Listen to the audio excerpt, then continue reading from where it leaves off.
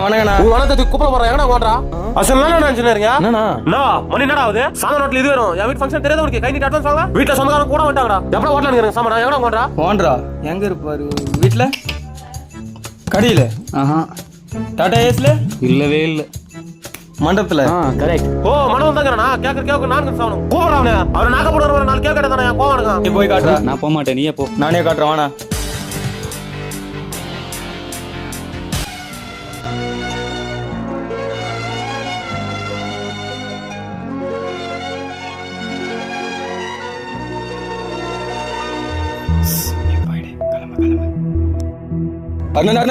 அடி சேர்ப்பா நாய பரமக்கு பண்ணாட கைடா கஸ்மாலம் கமனாடி கீழ போச்சு கையில மாட்டா கொன்றுவேன் உன்னை.